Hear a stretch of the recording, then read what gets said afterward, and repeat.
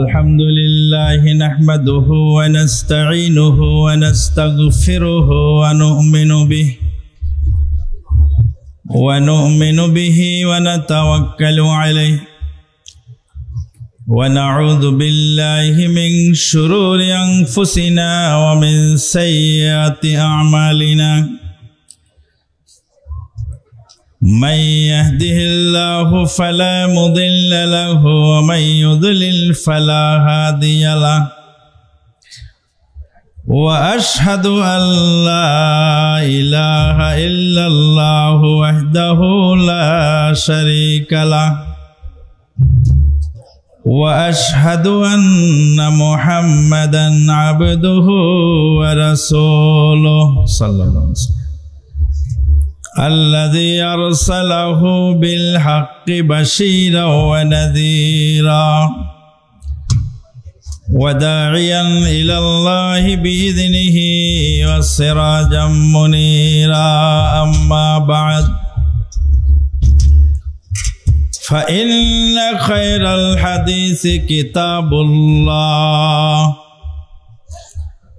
وخير الهدي هدي محمد صلى الله عليه وسلم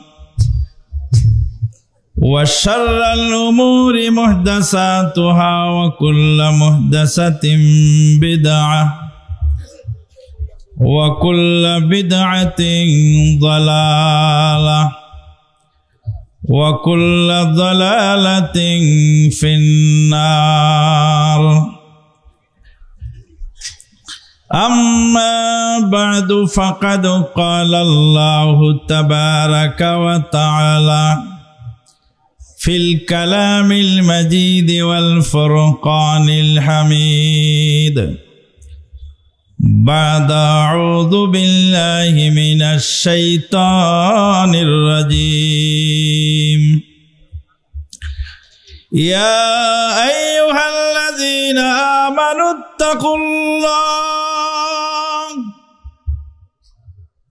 اتقوا الله حق تقاته ولا تموتن إلا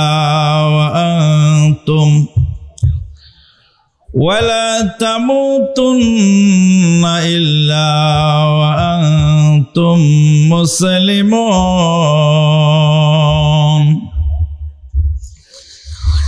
يا أيها الناس اتقوا ربكم الذي خلقكم من نفس واحدة وخلق منها زوجها وبث منهما رجالا كثيرا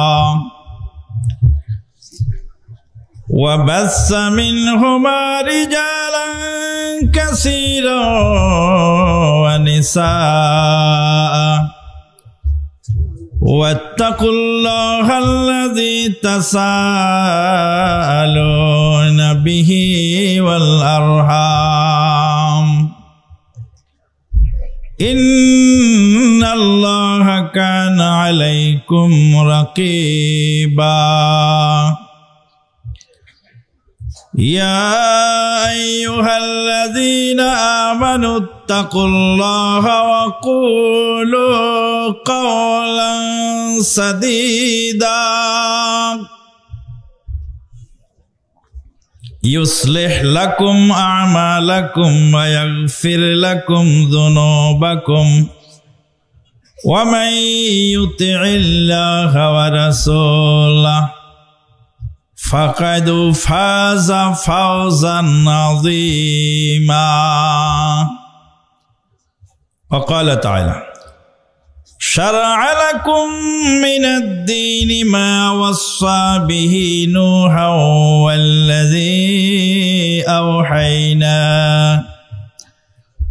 والذي أوحينا إليك وما وصينا به إبراهيم وموسى وعيسى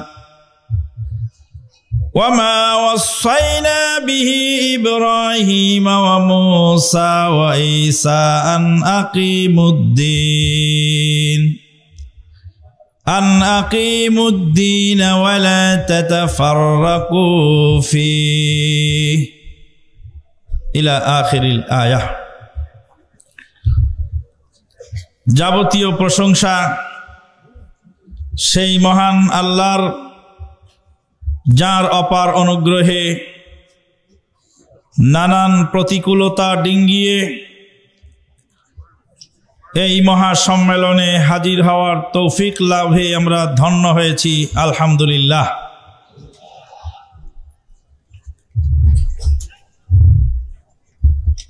দেশে বিদেশে অবস্থানরত অনেক দিনী ভাই ও বোনেরা একান্ত ইচ্ছা থাকা সত্ত্বেও আজকের এই সম্মেলনে হাজির হতে পারেননি। আমরা তাদের জন্য দোয়া করব, আল্লাহ পাক যেন তাদের নিয়তের কারণে পূর্ণ আজর ও সওয়াব দান করেন, আল্লাহুম্মা আমিন। দরুদ ও সালাম বর্ষিত হোক সেই মহানবী মুহাম্মাদুর রাসূলুল্লাহ সাল্লাল্লাহু আলাইহি ওয়াসাল্লামের উপর, যার রেখে যাওয়া আমানত জাতির সামনে উপস্থাপন করার জন্য আমাদের আজকের এই সম্মেলন।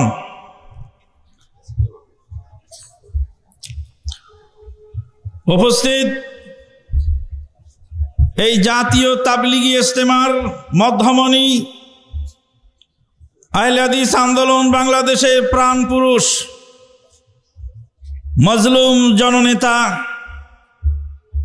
ডক্টর প্রফেসর মোহাম্মদ আসাদুল্লাহ আল গালিব, মোহতারাম আমিরে জামাত হাফিজাহুল্লাহু ওয়া রাআহু ওয়া বারাকাল্লাহু ফি ইলমিহি ওয়া হায়াতিহি ওয়া ঈমানিহি ওয়া আমালিহি ওয়া তাগাম্মাদাহুল্লাহু বিগুফরানিহি, আল্লাহুম্মা আমিন।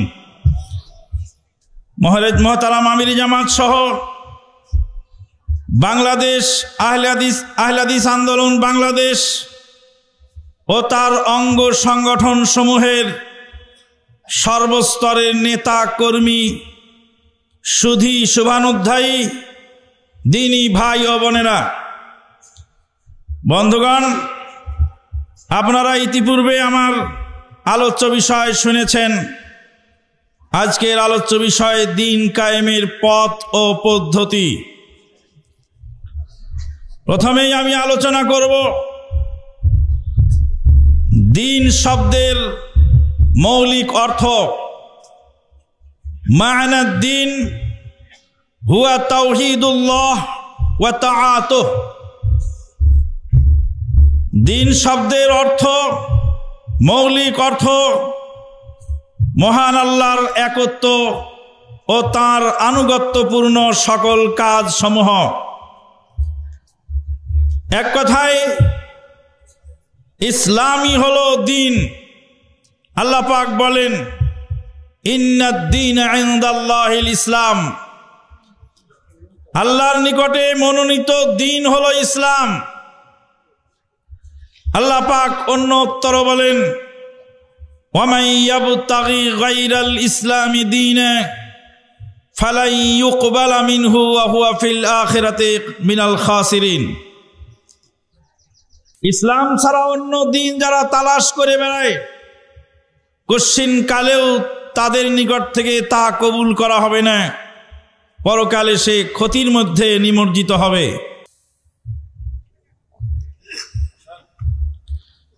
আল্লাহ পাক আরো বলেন, আফা গায়রা দীনিল্লাহি ইয়াবগুন ওয়া লাহু আসলামা মান ফিস সামাওয়াতি ওয়াল আরদি তাওআন ওয়া কারহা ওয়া ইলাইহি ইউরজাউন। আফা গায়রা দীনিল্লাহি ইয়াবগুন, ওরা কি আল্লাহর দিন বাদ দিয়ে অন্য কোনো দিন তালাশ করে বেড়ায়, অথচ আসমান জমিনের মধ্যে যা কিছু আছে ইচ্ছায় অনিচ্ছায় আল্লাহর প্রতি পূর্ণ আনুগত্যশীল।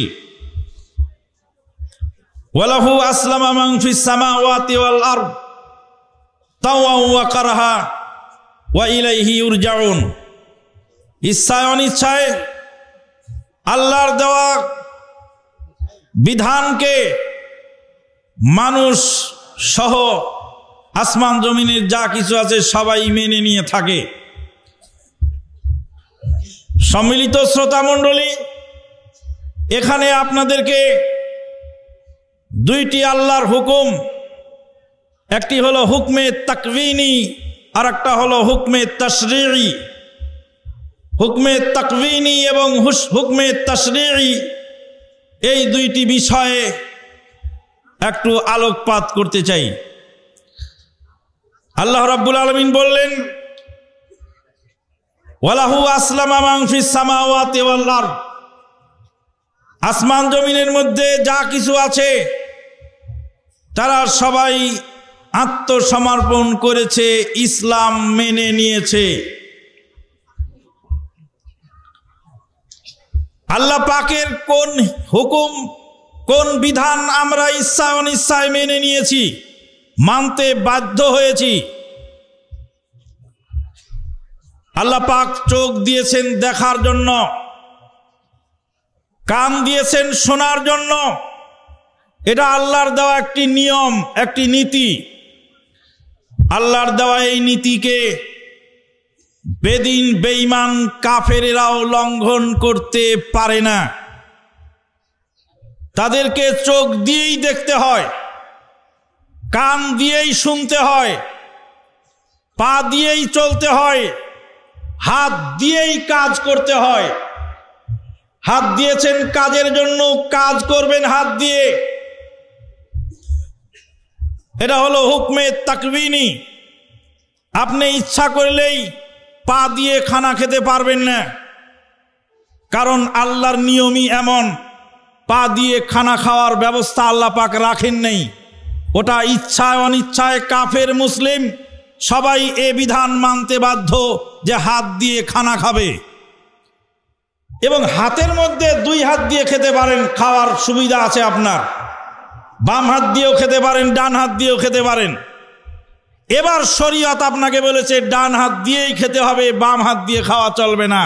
এটা হলো হুকমে তাশরীঈ। হুকমে তাকওয়িনির ক্ষেত্রে মানুষের স্বাধীনতা নাই, কিন্তু হুকমে তাশরীঈর ব্যাপারে মানুষের ভিতরে স্বাধীনতা আছে। আল্লাহ পাক মানুষকে বিবেক দিয়েছেন, এই বিবেকের উপরেই তাদের ফয়সালা এবং জিজ্ঞাসাবাদ হবে। ইসলাম একটি পরিপূর্ণ দ্বীনের নাম। আল্লাহ পাক বলেন, আল ইয়াউমা আকমালতু লাকুম দীনাকুম ওয়া আতমামতু আলাইকুম নি'মাতি ওয়া রাদিতু লাকুমুল ইসলাম দীনা। তোমাদের জন্য আজকের দিনে দিনকে পূর্ণ করে দিলাম। আল ইয়াউমা আকমালতু লাকুম দীনাকুম, তোমাদের দিনকে পূর্ণ করে দেওয়া হলো। ইসলাম একটি পূর্ণাঙ্গ দ্বীনের নাম।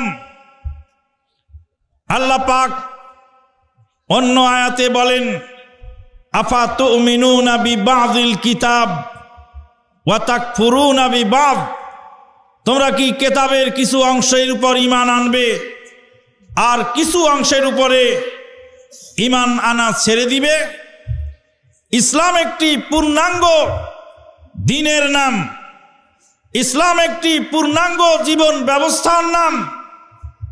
এই ইসলাম, এটা আমাকে আপনাকে মানতে হবে, আমি আপনি মানতে বাধ্য। কিন্তু ইসলামের কতটুকু আপনি মানবেন আর কতটুকু আপনি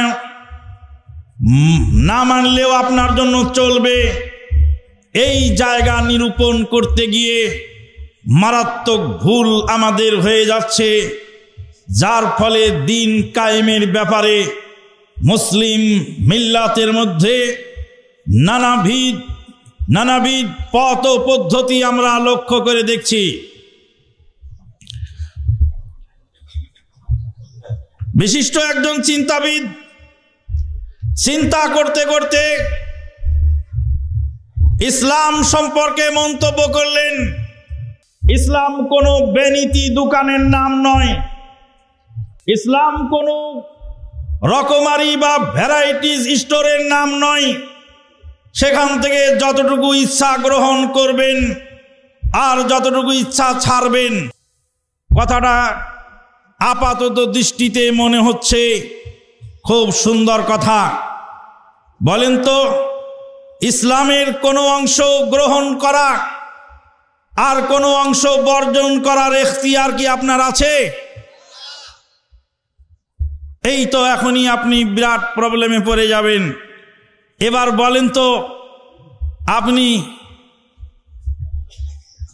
এশার সালাত আদায় করবেন, আপনি মুসাফির মানুষ, আপনি কি কসর করতে পারেন কি পারেন না?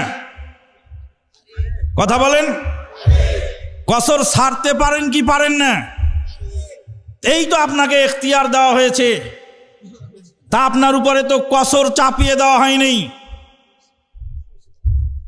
ইসলামে আল্লাহ পাক বলছেন, আকিমুল ওয়াজনা বিল কিসতি ওয়ালা তুখসিরুল মিজান, সঠিক মাপ দিয়ে দাও, ওজনে কম দিও না। এটা তো কোরআনের আয়াত। আপনি জীবনে ব্যবসাই করলেন না, তো এই আয়াতটা আমল করবেন কখন? কোরআনের আয়াতে আছে, সঠিক মাপ মেপে দাও, ওজনে কম দিও না। আপনি যদি জীবনে কোনোদিন দাড়ি পাল্লা না ধরেন, মাপের কাজ না করেন, তাহলে কি এ আয়াত মানবেন না এ আয়াত ছেড়ে দিলেন? কেউ যদি বলে যে আপনি এ আয়াত ছাড়বেন কেন, জীবনে একদিন হলেও আপনাকে মাপতে হবে, জীবনে একদিন হলেও দাড়ি ধরতে হবে, জীবনে একদিন হলেও ব্যবসা করতে হবে, নতুবা এই আয়াতের উপর আপনার আমল হচ্ছে না। আপনি বুঝবেন, বলবেন যে আপনি ভুল বুঝেছেন, এই আয়াত আমার জন্য নয়, এই আয়াত যিনি ব্যবসা করছেন তার উপরে প্রযোজ্য। ব্যবসা করতে হলে অবশ্যই সঠিক মাপ দিতে হবে, আর ব্যবসা যদি কেউ না করে তাহলে তার জন্য এই আয়াত ওই ক্ষেত্রে প্রযোজ্য নয়। আকিমুস সালাতা ওয়া আতুজ যাকাত, সালাত কায়েম করো, যাকাত প্রদান করো। এই একই আয়াতের অর্ধেক অংশ তামাম পৃথিবীর সকল মুসলিমের জন্য প্রযোজ্য। জ্ঞানী মূর্খ, ছোট বড়, আরবি, আজমি, ইরানি, তুরানি, জাপানি, জার্মান, ইংল্যান্ডি, হোল্যান্ডি, পোল্যান্ডি, নাইজেরি, আলজেরি, মালয়েশি, ইন্দোনেশি, সাদা কালো, লম্বা খাটো, শিক্ষিত অশিক্ষিত, ইতর ভদ্র, ছোট বড় সকল শ্রেণীর মানুষের জন্য আকিমুস সালাত এই অংশ সমভাবে প্রযোজ্য। সুস্থ হোক আর অসুস্থ হোক, মুসাফির হোক আর মুকিম হোক, সে যদি সজ্ঞানী বালেগ অবস্থায় থাকে অবশ্যই তার জন্য এই অংশ প্রযোজ্য। ওয়া আতুজ যাকাত অংশ কিন্তু সবার জন্য প্রযোজ্য নয়। ওয়া আতুজ যাকাত কার জন্য প্রযোজ্য? কথা বলেন। যার মাল আসবে তার জন্য প্রযোজ্য। কেউ যদি বলে ভাইজান মাল না থাকার কারণে আজকে আমরা কোরআনের আয়াতের অর্ধেক মানতে পারছি আর অর্ধেক মানা সম্ভব নয়, অতএব চলুন মাল সংগ্রহ করি, যাকাত কায়েম করে মরতে চাই। মাল সংগ্রহ আপনি তো করতে যাবেন, মাল সংগ্রহ করা কি সবার পক্ষে সম্ভব? সবাই কি সমপরিমাণ মালের অধিকারী হতে পারে? সবাই কি ধনী হতে পারবে? সব মানুষ ধনী হয়ে গেলে কি পৃথিবী চলবে? আল্লাহ রাব্বুল আলামিন বলছেন, আউযু বিল্লাহি মিনাশ শাইতানির রাজীম, আহুম ইয়াকসিমুনা রাহমাতা রাব্বিক ওয়া নাহনু কাসামনা বাইনাহুম মাঈশাতাহুম ফিল হায়াতিদ দুনিয়া ওয়া রাফা'না বা'যাহুম ফাওকা বা'যিন দারাজাত লিয়াত্তাখিযা বা'যুহুম বা'যান সুখরিয়া ওয়া রাহমাতু রাব্বিকা খায়রুম মিম্মা ইয়াজমাউন। আহুম ইয়াকসিমুনা রাহমাতা রাব্বিক, ওরা কি চায় তোমার রবের রহমতকে সমান ভাগে ভাগ করতে? নাহনু কাসামনা বাইনাহুম মাঈশাতাহুম ফিল হায়াতিদ দুনিয়া, আমি তাদের দুনিয়াবি জিন্দেগিতে তাদের জীবন জীবিকাকে, তাদের রিজিক রুজিকে বন্টন করে দিয়েছি।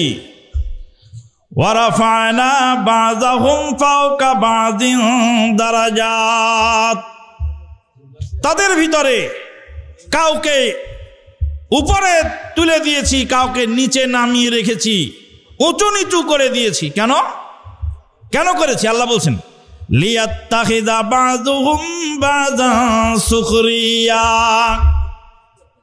যেন তারা একে অপরকে কাবু করে, একে অপরকে পরাস্ত করে, কাবু করে তাদের ফায়দাটা হাসিল করতে পারে।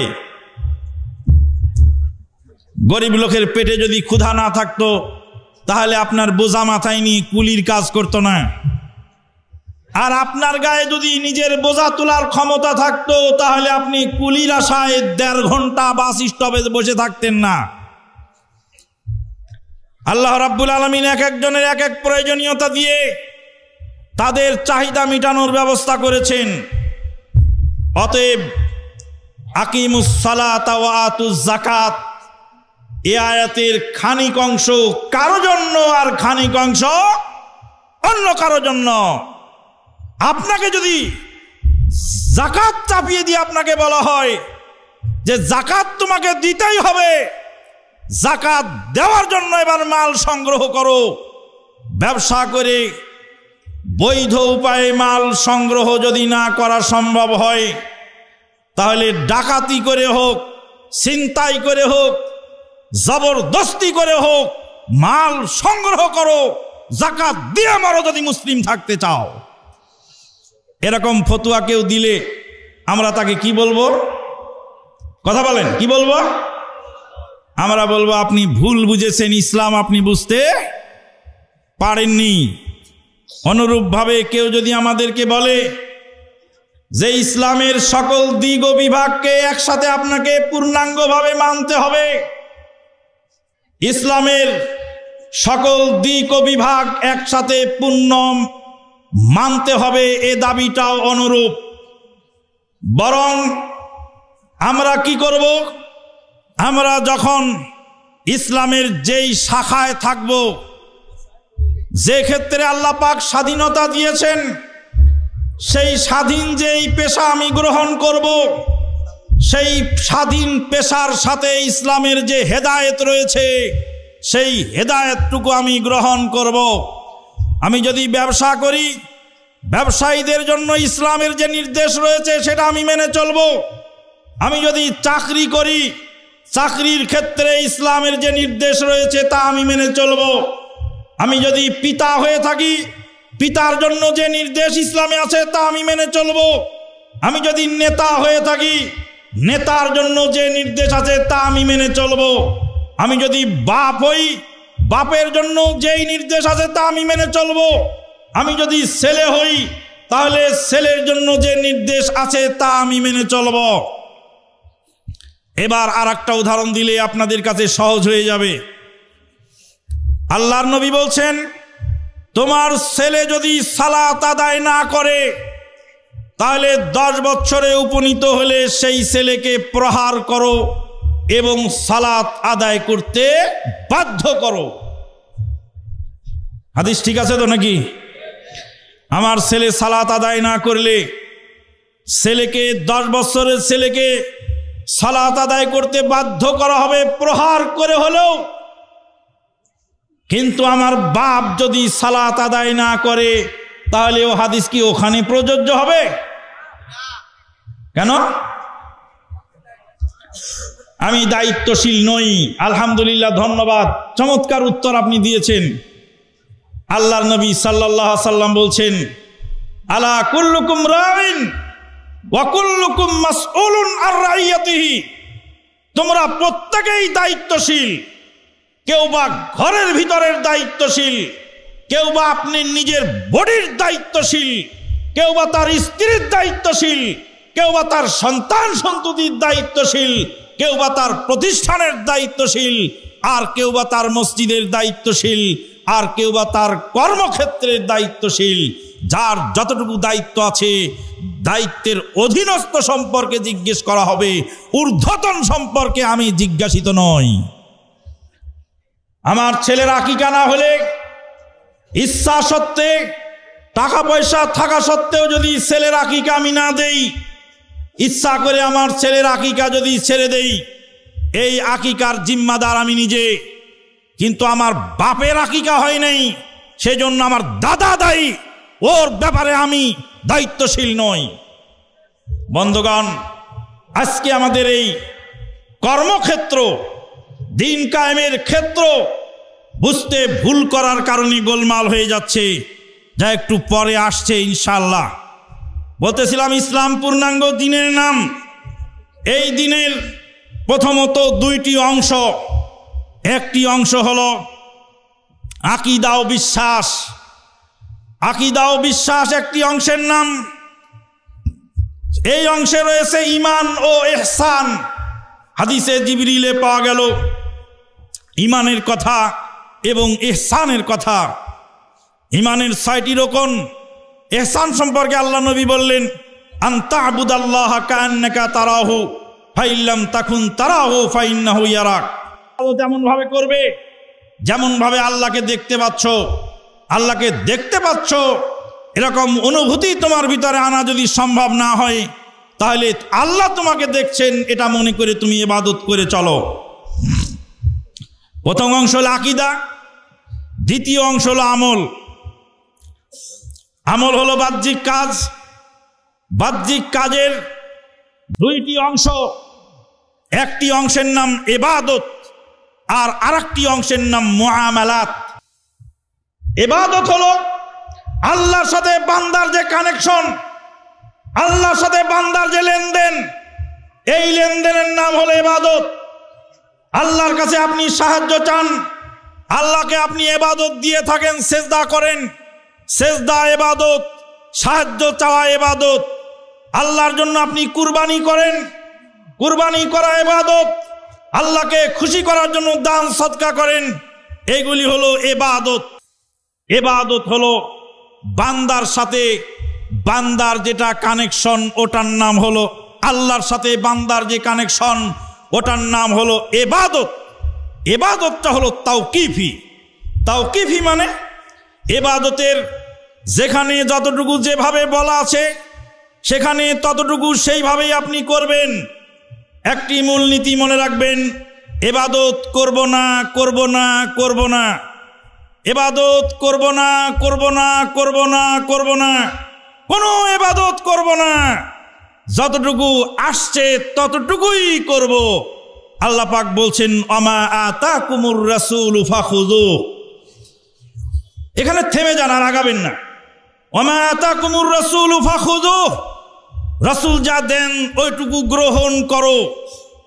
রাসূল সাল্লাল্লাহু আলাইহি ওয়াসাল্লাম যেটুকু ইবাদত দিয়েছেন ওইটুকুই গ্রহণ করেন, ওখানেই থেকে যান। মসজিদে ঢোকার সময় আল্লাহুম্মা ইফতাহলি আবওয়াবা রাহমাতিক, আল্লাহর নবী শিক্ষা দিয়েছেন দিনের ফয়সালা এটাই, চূড়ান্ত কিয়ামত পর্যন্ত আল্লাহুম্মা ইফতাহলি আবওয়াবা রাহমাতিকা আপনি বলবেন। কিয়ামতের আগ পর্যন্ত পৃথিবীর কোন মুক্তি যদি বলেন মসজিদে ঢোকার সময় সূরা ফাতিহা পড়ি, তো আপনি বলবেন ওটা বেদাত, ইবাদত করব না, করব না, করব না।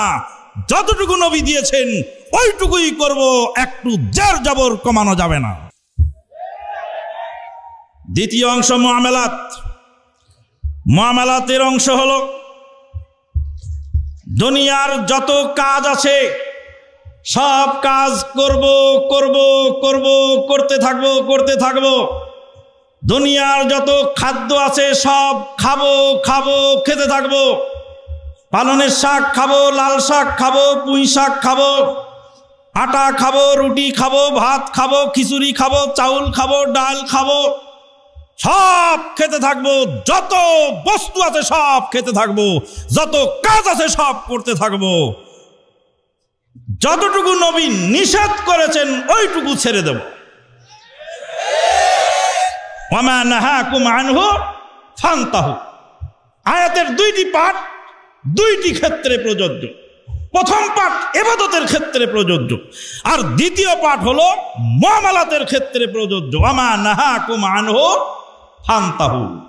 পৃথিবীর লক্ষ কোটি নারী আছে, লক্ষ কোটি নারীর যে কোনো নারীকে আমি বিয়ে করতে পারবো, কিন্তু ইসলামী শরীয়ত যেই কয়জনকে নিষেধ বলে ঘোষণা দিয়েছেন ওই কয়জন বাদে বাকি লক্ষ কোটি প্রকার নারী আমার জন্য হালাল। পৃথিবীর লক্ষ কোটি প্রকার মাছ, শাক, তরি তরকারি আমার জন্য হালাল। ইসলামী শরীয়ত হাতে গোনা যেই কয়টিকে নিষেধ করেছে ওই নিষেধ কয়টা বাদে বাকি সব হালাল। এইটুকু বুঝতে না পারার কারণে বিরাট বড় আলেম বলেন যে রেলগাড়িতে চড়া যদি বেদাত, মেলাদ যদি বেদাত হয় তাহলে রেলগাড়িতে চড়াও বেদাত, যেটা বেদাতের পরিচয় আগামীকাল আসবে ইনশাআল্লাহ। এখানেই গিয়ে ভুল হয়ে গেল। মানুষের মুআমালাতের মধ্যে এটুকু না বুঝার কারণে দুই শ্রেণীর লোক এখানে দুনিয়াবি বিষয়ে, দুনিয়ার মুআমালাতের ক্ষেত্রে দুই শ্রেণীর লোক পাওয়া যায়। এক শ্রেণীর লোক হলো সেকুলার বা নাস্তিক। সেকুলার নাস্তিক যারা, তাদের বক্তব্য হলো যে আমি ধর্ম আমার আলাদা আর মুআমালাত আমার আলাদা। মসজিদে ছিলাম, ধর্ম পালন করছি, মসজিদ থেকে বেরিয়ে গেলাম, ধর্মকে এবার মসজিদে ঝেড়ে খালি গায়ে বের হয়ে গেলাম, মাঠে ময়দানে লাগামহীন বলগাহীন ভাবে আমি চলবো, ইসলামের আবার বাধা দেওয়ার কি আছে? এরা হলো নাস্তিক, এরা হলো সেকুলার, এরা হলো দ্বীনকে দুনিয়া থেকে সম্পূর্ণ আলাদা করে ফেলেছে। দ্বীনকে দুনিয়া থেকে, আপনারা শুনতে থাকেন মনোযোগ দিয়ে, ঠিক বেঠিক যা আছে বুঝতে সমস্যা হলে পরে প্রশ্ন দিয়ে আগামীকাল জেনে নেবেন। বলতেছিলাম, আপনারা আমার কথা বুঝতে পারতেছেন? যারা দ্বীনকে দুনিয়া থেকে সম্পূর্ণ আলাদা করে ফেলেছে, দ্বীন আলাদা আর দুনিয়া আলাদা। মসজিদে ঢুকলাম, আল্লাহর গোলাম ছিলাম, মসজিদ থেকে বেরিয়ে গেলাম, এবার বাজারে ঢুকলাম, আমি সম্পূর্ণ স্বাধীন। এই আকীদা যারা বিশ্বাস করে তারা হলো সেকুলার। এর মধ্যে রয়েছে বিভিন্ন ধরনের লোক, সন্ন্যাসী, বুজুর্গ, পীর পুরোহিত, ভ্যারাইটিজ আইটেমের লোক আছে। পীর সাহেব মসজিদের ভিতরে জিকির দিয়ে কলব পরিষ্কার করতেছেন, পীর সাহেবের মেয়ে যে কলেজ নাপাক করতেছেন, পীর সাহেবের মেয়ে যে পুরা দেশ নাপাক করতেছেন, সেক্ষেত্রে তাদের কোনো বক্তব্য নেই। কারণ এই যে মসজিদে গিয়ে ধর্ম পালন করছি আর মসজিদের বাইরে আসছি, ধর্মের অনুশাসন কেন? দুনিয়া তো সম্পূর্ণ আলাদা। দ্বিতীয় শ্রেণী, এই দলের জন্ম হয়েছে ঊনবিংশ শতকের মাঝামাঝিতে। এদের জন্ম হয়েছে ঊনবিংশ শতকের মাঝামাঝিতে, যারই ফলশ্রুতিতে দেখা যায় এক শ্রেণীর মুসলিম যারা পাক্কা তাহাজ্জুদ গুজার হওয়া সত্ত্বেও সুদের সাথে জড়িত, ঘুষের সাথে জড়িত, হারাম ব্যবসার সাথে জড়িত, হারাম কাজের সাথে জড়িত, তারা মনে মনে ভাবে আল্লাহর পাওনা আল্লাহকে দিয়েছি আর দুনিয়ার ব্যাপারে আমি সম্পূর্ণ স্বাধীন। এই মতবাদের সম্পূর্ণ বিপরীত আর একটি মতবাদের জন্ম হলো তারই 100 বছর, প্রায় 100 বছর পরে বিংশ শতাব্দীর মাঝামাঝিতে আর একটি মতবাদ জন্ম নিল। সেই মতবাদের নাম হলো রাজনীতি ধর্ম। রাজনীতি পালন করতে পারলে আমি ধার্মিক, আর রাজনীতি ময়দানে যদি আমি পূর্ণাঙ্গ আনুগত্যশীল না হতে পারি তাহলে আমি ধর্ম থেকে বহিষ্কৃত। এই হলো তাদের আকীদা ও বিশ্বাস। বিশিষ্ট একজন আলেমে দ্বীন দ্বীনের ব্যাখ্যা করতে গিয়ে বললেন, दीन दरअसल हुकूमत का नाम है, शरीयत उस हुकूमत का कानून है, और इबादत उस कानून और जाबता की पाबंदी है। দিন আসলে রাষ্ট্রীয় ক্ষমতা দখলের নাম। যে কোনো ভাবে রাষ্ট্রীয় ক্ষমতা দখল করলেই দিন কায়েম হয়ে গেল। শুরুতে যে আয়াত পড়েছিলাম সে আয়াতে আল্লাহ পাক বললেন, শারা'a লাকুম মিনাদ-দীনি মা ওয়াসসা বিহি নূহা। আল্লাহ পাক দ্বীনের ক্ষেত্রে তোমাদের জন্য সেই পথ নির্ধারণ করেছেন যে বিষয়ে নির্দেশ দিয়েছিলেন নূহ আলাইহিস সালাতু ওয়াস সালামকে।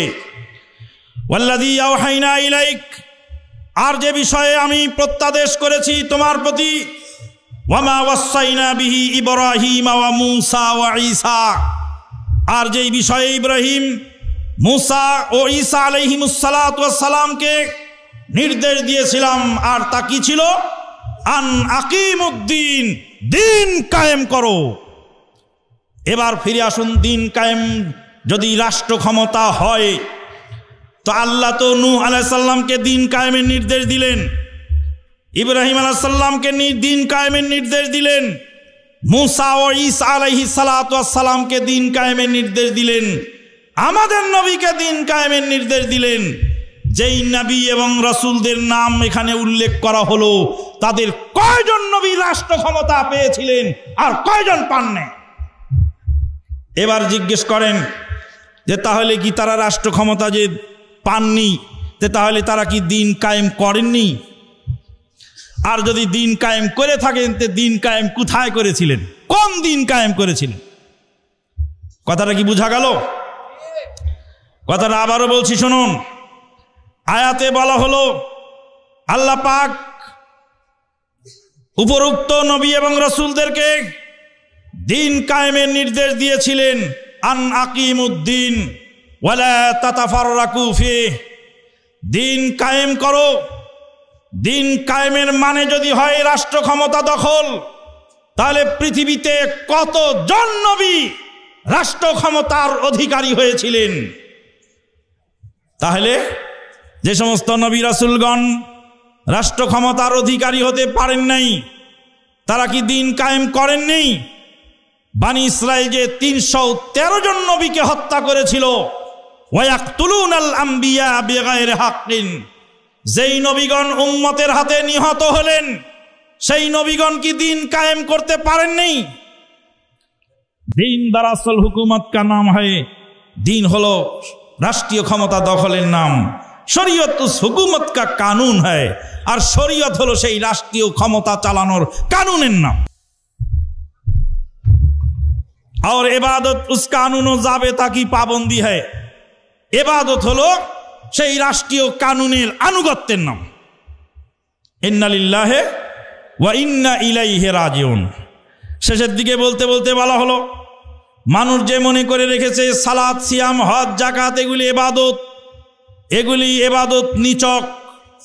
মূল ইবাদত হাসিলের ট্রেনিং কোর্স, মানে রাষ্ট্রীয় ক্ষমতা দখলের ট্রেনিং কোর্স হলো নামাজ, রোজা, হজ, যাকাত। আমরা জেনে থাকি কোনো যুদ্ধ বা কোনো বিষয়কে কেন্দ্র করে ট্রেনিং হয়, যখন সেই দেশ জয়যুক্ত হয়ে যায় তখন আর ট্রেনিংয়ের প্রয়োজন থাকে না। যুদ্ধ যখন জয়যুক্ত হয়ে যায় তখন আর ট্রেনিং লাগে না। তো রাষ্ট্র ক্ষমতা দখল হয়ে গেলে কি ইবাদত বন্দেগী কি মাফ হয়ে যাবে? অথচ আল্লাহ পাক বলছেন ওয়াবুদু রাব্বাকা হাত্তা ইয়াতিয়াকাল ইয়াকিন, আপনার মৃত্যু আসা পর্যন্ত আপনি ইবাদত করতে থাকুন। প্রিয় বন্ধুগণ, খারেজি আকীদার প্রভাবে প্রভাবিত এই মুসলিম সমাজ তাদের কয়েকটি মতবাদ সমাজে পেশ করে থাকেন। খারিজিদের সাথে আমাদের মৌলিক পার্থক্যটা শুনে রাখুন। খারিজদের ঈমান হলো কচুর পাতার পানির মতো। কচুর পাতার উপরে পানি রাখলে, পানির টুকা লাগলে একবারে সম্পূর্ণ পানি ঢেলে পড়ে। খারিজিদের দৃষ্টিতে ঈমান হলো ওরকম। ঈমান যদি কারো চলে যায় তো একসাথে বেঈমান হয়ে যায়। কোনো কাবিরা গুনাহ করলে, কোনো পাপ কাজ করলে সাথে সাথে সে লোক বেঈমান হয়ে যায়। এই যে আকীদা, এই আকীদার নাম হলো খারিজি আকীদা। অথচ ভুরি ভুরি প্রমাণ রয়েছে নবী মুহাম্মদুর রাসূলুল্লাহ সাল্লাল্লাহু আলাইহি ওয়াসাল্লাম কবিরা গুনাহগারদেরকে তাদের জন্য আল্লাহর দরবারে সুপারিশ করবেন। আল্লাহ রাব্বুল আলামিনের ইখতিয়ারে থাকবে দুনিয়ার কোনো মানুষ যদি কবিরা গুনাহ নিয়ে মারা যায়, তওবা করার সুযোগ না হয়, যাদের তওবা করার সুযোগ জুটেছে তারা যদি শিরক এবং কুফরি করে তবুও তাদেরকে আল্লাহ মাফ করবেন যদি তওবা কবুল হয়। তওবা করার সুযোগ যাদের জোটে নাই, তওবা না করে বিনা তওবায় পাপ নিয়ে যারা মারা গেল, তাদের পাপ দুই ভাগে বিভক্ত। এক ভাগ হলো শিরক আর এক ভাগ হলো কুফরি। কুফরি, শিরক এবং কুফরি এক ভাগ। শিরক এবং কুফরির পাপ নিয়ে যদি মারা যায় তাহলে তার পরকালে নাজাত নাই। আর যদি সে ব্যক্তি যদি কাবিরা গুনাহ নিয়ে মারা যায়, শিরক এবং শিরকের পাপ ছাড়া অন্যান্য কাবিরা গুনাহ করে যদি মারা যায়, তাহলে আল্লাহ রাব্বুল আলামিন ইচ্ছা করলে তাকে ক্ষমা করবেন, নতুবা তাকে পাপ পরিমাণ শাস্তি দিবেন। শাস্তি দেওয়ার পরে তাকে পরকালে জান্নাত দিবেন। এটা হলো আমাদের আহলুস সুন্নাত ওয়াল জামাআতের আকীদা। বন্ধুগণ, চরমপন্থী এই মতবাদে যারা বিশ্বাসী, তারা মুসলিম শাসক সহ মুসলিমদেরকে পাপ করার কারণে কাফের মনে করে থাকে। দলিল তাদের অনেকগুলো। এক নাম্বার দলিল হলো ওয়ামান লাম ইয়াহকুম বিমা আনজালাল্লাহু ফাউলাইকা হুমুল কাফিরুন। আল্লাহর আসমানি ফয়সালা অনুযায়ী যারা বিচার ফয়সালা করে না তারা কাফের। আসমানের ওহীর বিধান অনুযায়ী ফয়সালা করে না তারা কাফের। অতএব এই তো পাওয়া গেল যারা কোরআন সুন্নাহ অনুযায়ী বিচার ফয়সালা করে না তারা ইসলাম থেকে খারিজ। অনেক যুবক আমাদের কাছে এসে এ দলিল পেশ করেন। আমি যুবকদেরকে বলি, আর একটু আগে পড়েন, আর একটু আগে পড়েন। ওয়ামান লাম ইয়াহকুম বিমা আনজালাল্লাহু ফাউলাইকা হুমুজ জালিমুন। যারা আল্লাহর দেওয়া বিচার ফয়সালা করে না তারা জালেম। আর আয়াতে বলছে আর একটু আগে পড়ুন, ফাউলাইকা হুমুল ফাসিকুন। শাস্তি, অপরাধ একটি, শাস্তি কয়টি? কথা বলেন। অপরাধ একটি, শাস্তি কয়টি? যে গ্লাস ভাঙবে, স্কুলের হেডমাস্টার বলছে যে গ্লাস ভাঙবে তার 10 বেত। আবার বললেন যে গ্লাস ভাঙবে তার 5 বেত। আবার যে গ্লাস ভাঙবে তাকে কান ধরে উঠতে হবে আর বসতে হবে। একই গ্লাস ভাঙার শাস্তি 3টা। আপনাকে বুঝতে হবে কার জন্য কোনটা। কথা বোঝা যাচ্ছে? আপনাকে বুঝতে হবে কার জন্য কোনটা। ক্লাস 10-এর ছাত্র গ্লাস ভাঙলে তাকে 10 বেত মারা যায়। ক্লাস 5-এর ছাত্রর বুঝ ব্যবস্থা যেহেতু কম, তাই সে একই গ্লাস ভেঙেছে, গ্লাসের দাম একই, কিন্তু এর বুদ্ধি কম হওয়ার কারণে শাস্তি কম। আর একজন ক্লাস 2-এর ছাত্র তো বোঝেই না, গ্লাস ভেঙে ফেলেছে, ওকে কান ধরে উঠায় আর বসায় ছেড়ে দাও। ওয়ামান লাম ইয়াহকুম বিমা আনজালাল্লাহু ফাউলাইকা হুমুল কাফিরুন। যারা আল্লাহর দেওয়া ফয়সালাকে বাদ দিয়ে মানুষের তৈরি ফয়সালাকে হালাল মনে করে, আল্লাহর কোরআনের চেয়ে এটাকে উত্তম মনে করে, আল্লাহর কোরআনের চেয়ে দুনিয়ার ফয়সালাকে উত্তম মনে করে যদি সে করে তাহলে সে নিঃসন্দেহে কাফের। কিন্তু আল্লাহর কোরআনের প্রতি পূর্ণ বিশ্বাস আছে, দুনিয়ার লোভে পড়ে যদি সে কাজ করে তাহলে হবে সে ফাসেক নতুবা জালেম। কথাটা আবার ভালো করে শুনে রাখুন। কোন লোক যদি অবজ্ঞা করে, তুচ্ছ তাচ্ছিল্য করে কোন সুন্নত ছেড়ে দেয়, সে ইসলাম থেকে খারিজ হয়ে যায়।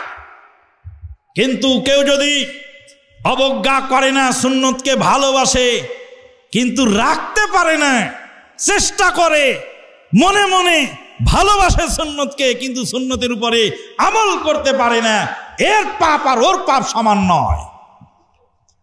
বন্ধুগণ,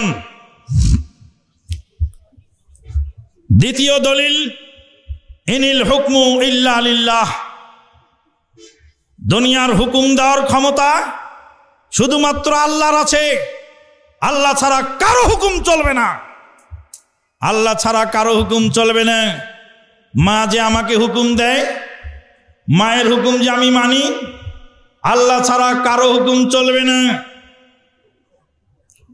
জালেম শাসকের সকল হুকুমই কি ফেলে দিতে হবে, নাকি শরীয়ত গর্হিত যেটা হুকুম সেটা ফেলতে হবে, আর শরীয়তের গণ্ডির মধ্যে যদি থাকবে সেটাকে মানতে হবে? আপনি যখন সিগনালে দাঁড়ালেন, সিগনালে লাল বাতি জ্বলে গেল, সরকারের নির্দেশ লাল বাতি চলাকালীন সময় আপনি থেমে যাবেন। আপনি যদি বলেন যে জালেম সরকারের লাল বাতির সিগনাল আমি মানি না, এই বলে যদি আপনি গাড়ি চালাতে থাকেন, তাহলে পরিস্থিতি কি দাঁড়াবে? চার রোডার গাড়ি যদি চারদিক থেকে একসাথে সিগনালে ঢোকার চেষ্টা করে, তাহলে একে অপরে একজন আরেকজনকে মেরে শেষ করে ফেলবে, দেশ দুনিয়া গারদ হয়ে যাবে। লা তাআতা লি মাখলুকিন ফি মাসিয়াতিল খালিক। আল্লাহর নাফরমানির যে নির্দেশ দেওয়া হবে, সেই নির্দেশ আপনি মানতে বাধ্য নন। আপনার ঘরের মধ্যে আপনি ইসলাম কায়েম করবেন, আপনার মনের মধ্যে আপনি ইসলাম কায়েম করবেন, আপনার আকীদার মধ্যে আপনি ইসলাম কায়েম করবেন, আপনার 3.5 হাত বডির মধ্যে আপনি ইসলাম কায়েম করবেন। আপনার ঘরের ছবি মূর্তি আপনি বাম হাত দিয়ে পাক মেরে ফেলে দিবেন, আপনার বিবির গায়ে আপনি বুরকা পরাবেন, আপনার ছেলেকে আপনি নামাজ না পড়ার কারণে শাসন করবেন, আপনার মেয়েকে আপনি পর্দা করতে বাধ্য করবেন। এখানে সরকার বাধা দিয়েছে? কে বাধা দিয়েছে? আপনার ঘরের সরকার তো আপনি, আপনার বডির সরকার তো আপনি। আপনি দাড়িগুলি চেঁচে ময়লার ডাস্টবিনে ফেলেছেন কেন? সরকার কি বাধ্য করেছে? সরকারের দোষে তো আপনি সুদ খেতে বাধ্য হচ্ছেন। বলছেন আপনি সুদী ব্যাংকে টাকা রাখেন কেন, ইসলামী ব্যাংকে রাখতে পারেন না? আপনি কেন রাখেন সুদী ব্যাংকে টাকা? আপনি কেন সুদী কারবার করেন? হালাল ব্যবসা আপনি করেন না? আপনার 3.5 হাত বডির উপরে আপনি ইসলাম কায়েম করবেন, সেক্ষেত্রে বাধা কে দিবে? আবারও বলছি, আয়াত শুনুন, ইনিল হুকমু ইল্লা লিল্লাহ। এই কথা দিয়ে যখন আলী ইবনে আবি তালেবকে হত্যা করার ফতোয়া খারেজিরা দিল, তখন আলী ইবনে আবি তালেব রাদিয়াল্লাহু তাআলা আনহু বলেছিলেন, কালিমাতু হাক্কিন, কালিমাতু হক, কালিমাতুন হাক্কুন ইউরাদু বিহা জুর। কথাটা সত্য, কিন্তু তার অর্থ হলো মিথ্যা। মিথ্যা উদ্দেশ্য নিয়ে দলিল পেশ করা হয়েছে। ওরা বলে মানুষের ইমারত চলবে না, মানুষের আনুগত্য চলবে না, আল্লাহর হুকুম ছাড়া কারো হুকুম চলবে না। অথচ আল্লাহ পাক বলেছেন মানুষকে হুকুম দেওয়ার ক্ষমতা দিয়েছেন। স্বামী স্ত্রীর মধ্যে গোলমাল হলে তখন 2 জন বিচারক বিচার করবে, একজন স্বামীর পক্ষের আর একজন স্ত্রীর পক্ষের। সাহাবায়ে কেরামের মধ্যে পরস্পরে লড়াই হয়েছে। লড়াই হওয়ার সময় তারা একে অপরকে কাফের মনে করেননি, তাদের সেগুলি ছিল ইজতিহাদ। সতর্কতার স্বরূপ আমাদেরকে বলতে হবে, বুঝতে হবে, সাহাবায়ে কেরামদের মধ্যে যত লড়াই হয়েছে সকল লড়াই হলো তাদের ইজতিহাদি বিষয়। মুজতাহিদ ভুল করলে 1 সওয়াব পেয়ে থাকেন, আর শুদ্ধ করলে ডবল সওয়াব পেয়ে থাকেন। আল মুজতাহিদু ইন আসাবা ফালাহু আজরান ওয়া ইন আখতা ফালাহু আজরুন ওয়াহিদ। সাহাবায়ে কেরামগণ ইজতিহাদি ভুলে যা কিছু তাদের মধ্যে পরস্পরে ঘটেছে সেগুলি আমাদের আলোচনা সমালোচনা করার অধিকার আমাদের নেই, যেহেতু আল্লাহ পাক তাদের উপরে রাজি হয়ে গেছেন। আব্দুল্লাহ বিন আব্বাস রাদিয়াল্লাহু তাআলা আনহু আলী ইবনে আবি তালেব রাদিয়াল্লাহু তাআলা আনহুকে কাফের বলে একদল মুসলিম খারেজি যখন বেরিয়ে গেল, তখন আব্দুল্লাহ বিন আব্বাস রাদিয়াল্লাহু তাআলা আনহু তাদেরকে ডেকে জিজ্ঞেস করলেন, তোমাদের সমস্যা কোথায়? তখন তারা 3টি সমস্যা তুলে ধরেছিল। 1 নম্বর সমস্যা হলো যে আলী ইবনে আবি তালেব নিজের নাম আমিরুল মোমিনিন রাখেন নেই। আমিরুল মোমিনিন যদি তিনি না হয়ে থাকেন তো তিনি কি আমিরুল কাফেরিন? এই ছিল খারিজিদের প্রথম অভিযোগ। আব্দুল্লাহ বিন আব্বাস রাদিয়াল্লাহু তাআলা আনহু বললেন, হুদায়বিয়ার সন্ধির সময় আল্লাহর নবী সুহাইল বিন আমরের সাথে চুক্তি করার সময় মুহাম্মাদুর রাসূলুল্লাহ সাল্লাল্লাহু আলাইহি ওয়াসাল্লাম শব্দটা কেটে মুহাম্মদ বিন আব্দুল্লাহ শব্দ লিখেছিলেন। ওখানে যদি বৈধ হয় এখানে হবে না কেন? 2 নম্বর অভিযোগ তাদের ছিল, মানুষের হুকুম চলবে না, মানুষের হুকুম চলবে না।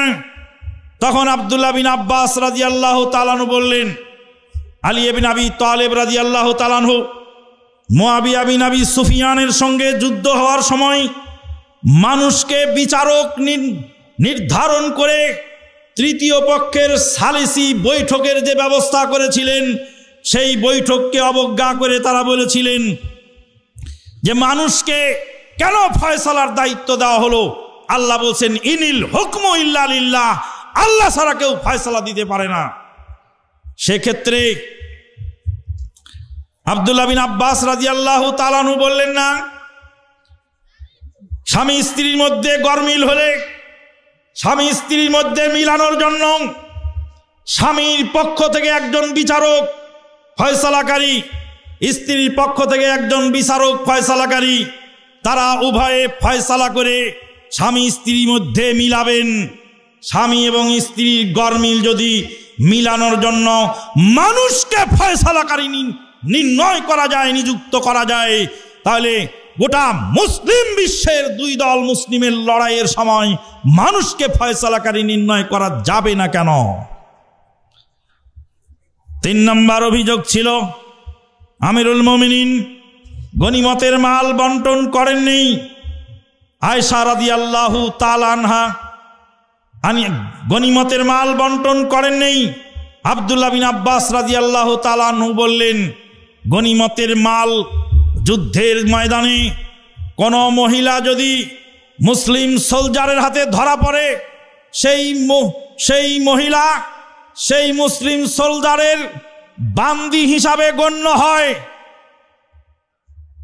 জঙ্গে জামালে উটের যুদ্ধে আলী রাদিয়াল্লাহু তাআলা আনহুর হাতে, সৈন্যদের হাতে মা আয়েশা সিদ্দিকা রাদিয়াল্লাহু তাআলা আনহা ধরা পড়লেন, বন্দী হলেন।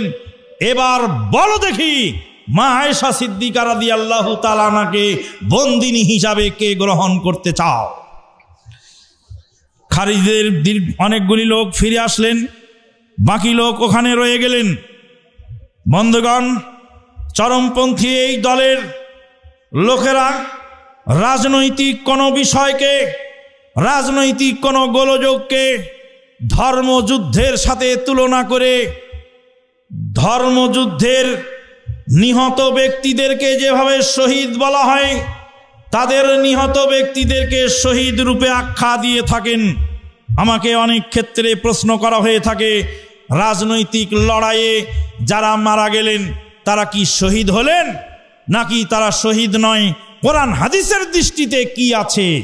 আমি বলি, ওদেরকেই জিজ্ঞেস করুন, ওরাই বলবে। রাজনৈতিক অঙ্গনে যখন মানুষ মারা যায় তখন তাদেরকে কি তারা রক্তাক্ত সহ পরনের বস্ত্র সহ দাফন করে, নাকি পরনের বস্ত্র খুলে নিয়ে গোসল দিয়ে কাফনে জড়িয়ে দাফন করে? যদি কাফনে জড়িয়ে রক্তাক্ত বস্ত্র খুলে নিয়ে গোসল করিয়ে রক্ত ধুয়ে কাফনে জড়িয়ে দাফন করে, তবে তাদের শহীদকে তারা মুখে বললেও তারা বাস্তবে শহীদ বলে মানে না। যদি শহীদ বলে মানত তাহলে রক্ত সহ দাফন করত। রক্ত সহ দাফন না করাই প্রমাণ করলো নামের আগে পিছে যতই শহীদ দেওয়া হোক না কেন, এরা যে রাজনৈতিক ময়দানে গিয়ে একজন মুসলিম আর একজন মুসলিমকে হত্যা করবে আর একে অপরকে হত্যা করে জাহান্নামে পাঠাবে আর শহীদ হবে, এটা রাজনৈতিক ভুল বুঝাবুঝি ছাড়া কিছুই নয়। আল্লাহর নবী বলেন, শুনুন, ইজাল তাকাল মুসলিমানি বিসাইফিহিমা ফাল কাতিলু ওয়াল মাকতুলু কিলাহুমা ফিন্নার। আল্লাহর নবী বলেন, একদল মুসলিম আরেক দল মুসলিমকে হত্যা করার জন্য যখন অস্ত্র হাতে করে ময়দানে ঝাঁপিয়ে পড়ে আরেক দল মুসলিম ভাইয়ের উপরে, হত্যাকারীও জাহান্নামী, নিহত ব্যক্তিও জাহান্নামী। হাদিস অত্যন্ত কঠিন। নবী সাল্লাল্লাহু আলাইহি সাল্লামকে সাহাবায়ে কেরামগণ বিনীত স্বরে প্রশ্ন করলেন, ফামা বালুল মাকতুল ইয়া রাসূলুল্লাহ সাল্লাল্লাহু আলাইহি সাল্লাম, হে আল্লাহর নবী, যিনি নিহত হলেন, যিনি হত্যা করলেন, তিনি তো জাহান্নামী অপর মুসলিম ভাইকে হত্যা করার কারণে, কিন্তু যিনি নিহত হলেন তার কি দোষ? ফামা বালুল মাকতুল। আল্লাহর নবী বললেন, লিআন্নাহু কানা হারিসান আলা কাতলি আখিহি, সেও নেমেছিল ময়দানে তার ভাইয়ের রক্ত চুষার জন্য, তার মুসলিম ভাইকে হত্যা করার জন্য, কিন্তু সে পারে নাই তাই নিহত হয়েছে, পারলে সেও হত্যা করত। বন্ধুগণ, আল্লাহর ঘর মসজিদে একসাথে সালাত আদায় করলাম দুই মুসলিম, এক মুসলিম এই দলের অনুসারী আর এক মুসলিম ওই দলের অনুসারী, এক মুসলিম এই দলের অনুসারী আর এক মুসলিম ওই দলের অনুসারী, দুই মুসলিম একসাথে সালাত আদায় করলাম। পায়ে পা মিলিয়ে কাঁধে কাঁধ মিলিয়ে সালাম ফিরানোর সময় ডান দিকের মুসলিম ভাইকে বললাম, আসসালামু আলাইকুম। ডান দিকের মুসলিম ভাই, তুই শান্তিতে থাক। বাম দিকের মুসলিম ভাইকে সালাম দিয়ে বললাম, আসসালামু আলাইকুম। বাম দিকের মুসলিম ভাই, তুই শান্তিতে থাক। দুই মুসলিম ভাইকে শান্তির বাণী শুনিয়ে মসজিদে সালাত আদায় করে মসজিদের ভিতর থেকে শান্তির কথা জামা থেকে ছেড়ে দিয়ে বাইরে বের হয়ে আরেকজনকে কোপ মারলাম আর বললাম, ও কাফের আর আমি মুসলিম। ইন্না লিল্লাহি ওয়া ইন্না ইলাইহি রাজিউন। আপনি যাকে মুসলিম বলছেন, আপনি যাকে কাফের বলে প্রতিপক্ষ ভাবছেন,